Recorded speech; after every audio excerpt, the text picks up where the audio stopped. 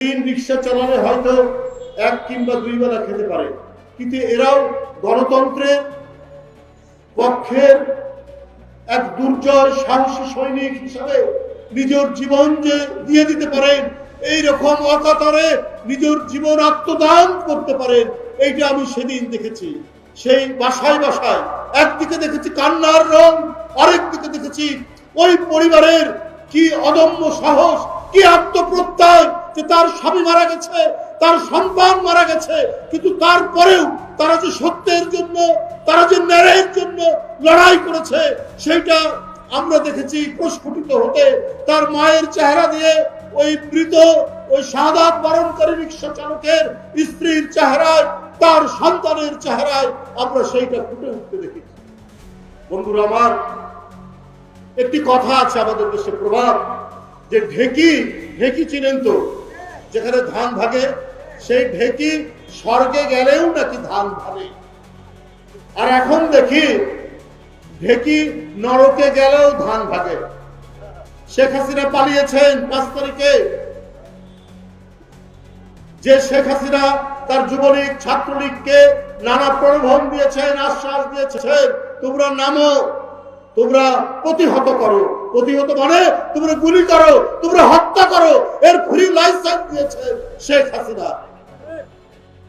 কিন্তু তারপরে আপনি নিজের বোনকে নিয়ে একা পালিয়ে গেলেন, যুবলীগ ছাত্রলীগকে ফেলে দিয়ে, শ্রমিক লীগকে ফেলে দিয়ে, মৎস্যজীবী লীগকে ফেলে দিয়ে।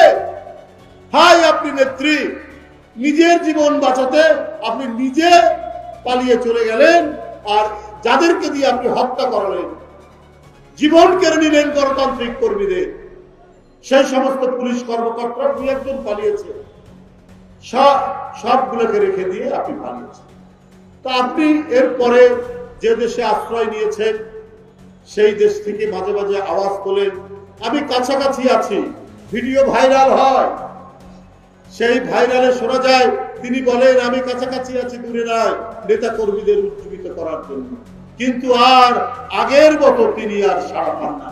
2-1টা দুর্বৃত্ত তো আছে, এই দুর্বৃত্তদেরকে তিনি আশকারা দেন, তুমি মারো, প্রতিহত করো, হত্যা করো। ইতিমধ্যে 2-3 জনকে হত্যাও করিয়েছেন এই দুষ্কৃতিকারীদের দ্বারা। আবার মাঝে মাঝে উনি গুজব ছড়ান, মিথ্যা কথা বলার তো অভ্যেস। ওই যে বললাম ঢেকি স্বর্গে গেলেও ধান ভাগে, ও নরকে যাওয়ার পরেও ধান ভাঙছে, মিথ্যার ধান ভাঙছে। উনি বললেন, এবং তার লোকেরা বলে বেড়াচ্ছে, নির্বাচিত রাষ্ট্রপতি ডোনাল্ড ট্রাম্প নাকি বলেছে শেখ হাসিনা এখনো প্রধানমন্ত্রী বাংলাদেশ। তো এটা আসলে অন্য কিছুই না, এই মিথ্যাচার দিয়ে তিনি যেমন 15 বছর মানুষ খুন, গুম, গুপ্ত হত্যা, ক্রাসফায়ারে হত্যা মেরেছেন, আর জনগণের সামনে এসে নিজে কান্নাকাটি করেছেন। তিনি ঘাতক, তিনি কসাই, তিনি হত্যাকারী, তিনি নরপিশাচ, কিন্তু জনগণের কাছে এসে অভিনয় করেন, মাঝে মাঝে চোখ দিয়ে পানি। ডোনাল্ড ট্রাম্প এই কথা বলেছেন কিনা, এই জন্য একটা আন্তর্জাতিক গণমাধ্যম AFP এটার উপর গবেষণা করেছে, না এই কথা বলেন। মার্কিন যুক্তরাষ্ট্রের তো বাংলাদেশে আছে, এমবেসি আছে, তারাও তো কেউ বলেনি। কিন্তু এই ডাহা মিথ্যা কথাগুলো তিনি একের পর এক বলে যাচ্ছেন, একের পর এক মিথ্যা কথা বলে তিনি কাজ করে যাচ্ছেন। কিন্তু উনি কোন মুখ নিয়ে এই দেশে আসবেন? এদেশের জনগণ তো একেবারে নির্জীব, নিষ্প্রাণ পাথর নয়। আপনার অপকর্ম, আপনার অপকীর্তি, আপনার ঘাতকের যে নিষ্ঠুর চেহারা 15 বছর ধরে বাংলাদেশের জনগণ দেখেছে। আপনি কত নির্মম হতে পারেন? আপনি নিজের ক্ষমতা, নিজের গদিকে নিশ্চিত করার জন্য আপনি অকাতরে আপনার পছন্দসই পুলিশ অফিসারদেরকে দিয়ে আপনি বলতে পারেন যে তোমরা হত্যা করো, তোমরা মারো, তাতে কোনো যায় আসবে না। আর তার পুলিশ কর্মকর্তারা বলেছেন পুলিশ সদস্যদেরকে যে তোমাদের কাছে বন্দুক দেওয়া হয়েছে, তোমাদের কাছে গুলি দেওয়া হয়েছে, এটা পকেটে রাখার জন্য নয়। তাই মিছিলের আওয়াজ শুনলে, জনসভার আওয়াজ শুনলে নির্দ্বিধায় গুলি চালিয়েছে, বেনজিরের পুলিশ বাহিনী, আপনার মনিরের পুলিশ বাহিনী, হারুনের পুলিশ বাহিনী। এইটা ছিল শেখ হাসিনার দুঃশাসন। ওই দুঃশাসন, ওই কলঙ্কিত অধ্যায়, ওই ভয়ঙ্কর ভয়াল যুগ কি আবার বাংলাদেশে আসবে? নিশ্চয়ই সেটা আর প্রত্যাবর্তন বাংলাদেশে ঘটবে না। বন্ধুরা আমার, ওইটা ঘটতে পারে না। এত লুটপাট। আপনার ব্রিটেনে ব্রিটিশ দ্বীপপুঞ্জ বলে একটি জায়গা আছে, ব্রিটিশ ভার্জিন দ্বীপপুঞ্জ। ওইখানে এস আলম শেখ হাসিনার অত্যন্ত ঘনিষ্ঠ লোক, অত্যন্ত প্রিয় লোক, প্রিয় ব্যবসায়ী, যাকে একের পর এক মনে করেছে অন্যের ব্যাংক কেড়ে নিয়ে তাকে দিয়ে দেওয়া হয়েছে। সেই এস আলমের প্রায় 18টি ব্যবসা প্রতিষ্ঠান পাওয়া গেছে। 18টি ব্যবসা প্রতিষ্ঠান পাওয়া গেছে। আপনার কি বলে দরবেশ সালমান এফ রহমান বাংলাদেশের শেয়ার বাজার আত্মসাৎ করেছেন, ব্যাংকগুলো লুট করেছেন, একতরফা ভাবে টাকা পাচার করেছেন, কিন্তু উনাকে সাথে করে আর নিয়ে যায়নি সেখানে। উনি ধরা পড়ে গেছেন। শেখ হাসিনা জানে যে বিশ্বের কোন কোন দেশে কোন কোন ব্যাংকে কোথায় কোথায় টাকা আছে। এখন তো শেখ হাসিনা মজায় আছে, কারণ সালমান এফ রহমানের এস আলমের টাকা, সেই টাকাগুলো তিনি ভোগ করবেন। আরো যেগুলো বিদ্যুৎ কেন্দ্র বানিয়েছেন তার ঘনিষ্ঠ লোকজনদেরকে দিয়ে সেই টাকা তিনি এখন সেখানে ভোগ করবেন। এই কারণেই তাদেরকে অবাধে বাংলাদেশের অর্থনীতি, জনগণের টাকা, বাংলাদেশের আর্থিক খাত লুট করার সুযোগ করে দিয়েছে।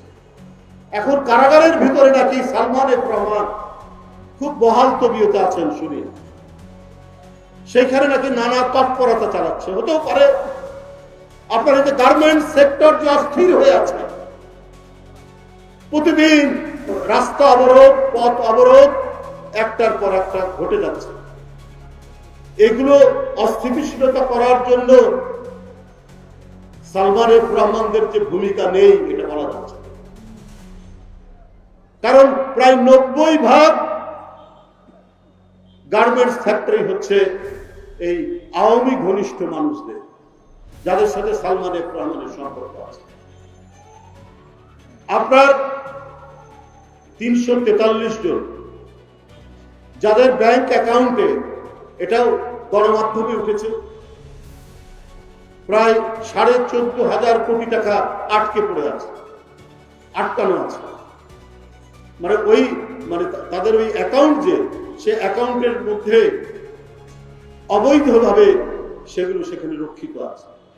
এগুলো সব শেখ হাসিনা এবং শেখ হাসিনার ঘনিষ্ঠ লোক, ক্ষমতাসীনদের ঘনিষ্ঠ লোক। এই 15-16 বছর এত কিছু করার পরেও গোপনে নানাভাবে যেগুলো লোকচক্ষুর অন্তরালে ছিল এবং মিডিয়ার অন্তরালে ছিল, সেগুলো কিছু কিছু হয়তো এখন বের হচ্ছে। কারণ মিডিয়াও স্বাধীনভাবে কাজ করতে পারেনি শেখ হাসিনার আমলে। জেলে যেতে হয়েছে, কারাগারে যেতে হয়েছে, চাকুরিচ্যুতি হয়েছে, কারণ তার মালিকরা অধিকাংশই হচ্ছে আওয়ামী লীগের এমপি, আওয়ামী লীগের লোক, আওয়ামী লীগের ঘনিষ্ঠজন, শেখ হাসিনার পেয়ারা মানুষ, আদরের লোকজন। তো সুতরাং তখন তো এগুলো বের হওয়া অত্যন্ত মুশকিল ঘটনা ছিল, কিন্তু এখন তো আস্তে আস্তে বের হচ্ছে। কিন্তু এত বিলম্ব হচ্ছে কেন, এত দেরি হচ্ছে কেন? আমি বাংলাদেশ ব্যাংকের গভর্নরকে বলতে চাই, ব্যাংক বিমায় নির্বাচন করে হচ্ছে শ্রমিকরা, শ্রমিক কর্মচারীরা। গতকাল গণমাধ্যমে একটি নিউজ দেখলাম যে অফিসার কল্যাণ কি একটা সমিতি, তারা নির্বাচন করেছেন, সেখানে আওয়ামী লীগের সমর্থিত লোকরা বিজয়ী হয়েছে। তো এটা কি করে সম্ভব? হ্যাঁ, 15 বছরে ছাত্রলীগ, যুবলীগ দেখে দেখে অফিসার নিয়োগ করা হয়েছে, সবকিছু নিয়োগ করা হয়েছে, কিন্তু এই নির্বাচনটা হলো কি করে? আবার তারা ইউনিভার্সিটির মতো, ইউনিভার্সিটি যেমন সাদা দল আছে, নীল দল আছে, তেমনি তারা আবার রং বেরঙের আবার সেইখানটায় বিভিন্ন সংগঠন করেছেন অফিসাররা। এইটা আমিও ব্যাংকের চেয়ারম্যান ছিলাম, আমি কখনোই ব্যাংকের অফিসারদের একটা কল্যাণ সমিতি থাকতে পারে, কিন্তু সেখানে রং বেরং নীল দল, সাদা দল বা কোনো রাজনৈতিক দল তাদের কোনো সংগঠন থেকে আমরা জানি না। এটা উদ্দেশ্য প্রণোদিত। বাংলাদেশ ব্যাংকের গভর্নর সাহেব, আপনি অনেক মাঝে মাঝে দেখি আপনি আন্দোলনের যে স্পিরিট, সেই স্পিরিট অনুযায়ী কথা বলেন, এই জন্য আপনার ধন্যবাদ চেতনা। কিন্তু আপনার ওইখানে কি হচ্ছে? কারা এরা? কারা এখানে এই নির্বাচন করছে? আবার ঘোরাও করে বলে যে তারা নাকি আওয়ামী লীগ সমর্থিত নীল দল সেখানে জিতেছে। তা আজকে যে ঘাপটি মেরে থাকা যে টাকাগুলো, এই টাকাগুলো পাচারের ক্ষেত্রে এই লোকরাই জড়িত আছে। এদেরকে অ্যাপয়েন্টমেন্ট দেওয়া হয়েছে 15-16 বছর ধরে, তারা এখনো ভিতরে ষড়যন্ত্র করছে। আপনি তাদেরকে চিহ্নিত করে তাদের বিরুদ্ধে ব্যবস্থা নিচ্ছেন না কেন? কি এমন ঘটনা হয়েছে যে এই মুহূর্তে দম্ভের সাথে বলতে পারে? এর কারণ কি? এর ঘটনা কি? কোথায় কি হচ্ছে? আমরা শেক্সপিয়ারের একটি হ্যামলেট নাটকের একটি ডায়লগ প্রায় বলি, something is rotten in the state of Denmark. ডেনমার্কে কোনো কিছু পচছে, বোধহয় কোনো কিছু পচছে, পচনের গন্ধ পাওয়া যাচ্ছে। মানে কথাটা বললে এরকম না। তো যদি পচনের গন্ধ, তাহলে কোথায় আছে? কিভাবে আছে? কোন জায়গায় পড়ছে? ওই পচার গন্ধ ধরে আপনারা কেন ব্যবস্থা নিতে পারছেন না? আজকে এতদিন লাগে কেন? আজকে সালমান এফ রহমান, আজকে আজিজ খান, আজকে একের পর এক যারা আঙ্গুল ফুলে কলা গাছ হয়েছে, আর সেই কলা গাছ হয়েছে তারা আপনার ন্যায় এবং নৈতিক ব্যবসা বাণিজ্যের মধ্যে দিয়ে নয়, যারা হয়েছে নৈতিক ব্যবসা বাণিজ্যের মধ্যে দিয়ে। শেখ হাসিনা যাকে আনুকূল্য দিয়েছেন, তারাই আজকে লুটে পুটে চেটে টাকা পাচার করে আজকে কেউ বিদেশে অবস্থান করছেন, নানাভাবে তারা অবস্থান করছেন। এবং এই দেশে আইন শৃঙ্খলা বাহিনী, তাদেরকে তিনি সুযোগ দিয়েছেন যে তোমরা মারো, ধরো, আমাকে ক্ষমতায় রাখো, আর তোমরা লুটপাট করো। এই টাকাগুলো কই? এই টাকাগুলো আজকে আপনারা এখন পর্যন্ত ধরতে পারেন না। কিন্তু জনগণের যে সাফারিং, সে সাফারিং তো ঠিকই আছে। আলুর কেজি তো 70 থেকে 75 টাকা এখনো যদি থাকে, তাহলে মানুষের যে বিশ্বাস, একটি গণতান্ত্রিক ভাবে গণতন্ত্রের চেতনার প্রতি একটি সরকার, অন্তর্বর্তীকালীন সরকার, সেই সরকার মানুষের যে আস্থা, সে আস্থা তো কমতে থাকবে। আজকে ডিম, আজকে তেল, এইটা কয়েকটা কোম্পানি এখনো নিয়ন্ত্রণ করছে দাম। সেই কোম্পানিগুলোকে আপনারা ধরছেন না কেন? এই অলিগার্ক, এই সিন্ডিকেট বাসদেরকে আপনারা ধরছেন না কেন? কেন ডিমের দাম এখনো আকাশচুম্বী থাকবে? কেন সয়াবিন তেলের দাম এখনো আকাশচুম্বী থাকবে? এই যে নিম্ন আয়ের মানুষ, এই যে কৃষক, অটোরিকশা চালক, এই যে সিএনজিওয়ালা, তারা তো এখনো আগে যেমন খেত এখনো তাই খাচ্ছে। কেন এই পরিস্থিতি হবে? এখন তো মানুষ একটু সুখের মুখ দেখবে। সেই সুখের মুখ এরা যদি না দেখে, এই গণতান্ত্রিক চেতনা, এই যে আত্মদান, এই যে রক্তপাত, এই যে অকাতরের জীবন দিয়ে দেওয়া, এটা সম্পূর্ণ ব্যর্থ হবে। আর কয়েকটা আপনার সুখে থাকা উপদেষ্টা এসে বড় বড় কথা বলবে, আর তারা নিজের মতো করে যা ইচ্ছা তাই করবে। এইটা চলতে দেওয়া যেতে পারে না। বন্ধুরা আমার, আজকে অনেকেই দীর্ঘদিন বঞ্চিত ছিলেন। শুধু চাচা, মামা, খালু অথবা ছাত্র জীবনে বিরোধী দলের কোন ছাত্র রাজনীতি করেছেন বলে যারা ক্যাডার সার্ভিসে এএসপি ছিলেন, এএসপি থেকে গেছে। তারা এই অন্তর্বর্তীকালীন সরকার, ডক্টর ইউনূস সাহেবের সরকারের সময় তারা হয়তো এখন প্রমোশন পেয়েছেন একটি জায়গায়। কিন্তু দেখা যাচ্ছে যারা বঞ্চিত ছিল, যাদের প্রমোশন হয়নি, পদোন্নতি হয়নি, তাদের উপরেই আপনার বেশি অ্যাটাক করা হচ্ছে। কোন কোন উপদেষ্টা এই জিনিসটা তারা করছেন, তাদের বিরুদ্ধেই বেশি ব্লেম দেওয়া হচ্ছে। আমরা দেখতে পাচ্ছি, আমরা স্পষ্ট ভাবে দেখতে পাচ্ছি। ছাত্র জীবনে হয়তো ছাত্র দল করেছে, কিন্তু তো মেধার জোরে, সেই তো মেধার জোরে আপনার সে বিসিএস পরীক্ষায় উত্তীর্ণ হয়ে এসছে।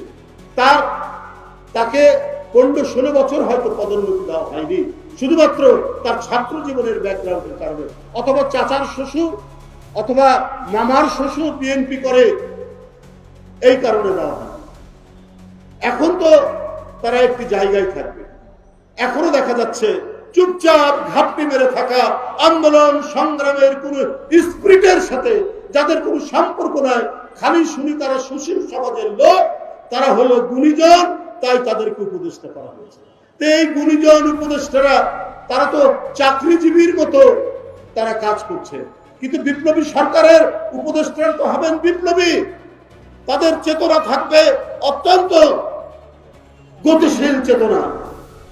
তা না করে বাংলাদেশে কি আর উপযুক্ত লোক নেই সরকার চালানোর জন্য, যে তাদেরকেই বাছাই করে নিয়ে এসে তারা এখন তাদের পছন্দ মতো কাজ করবে?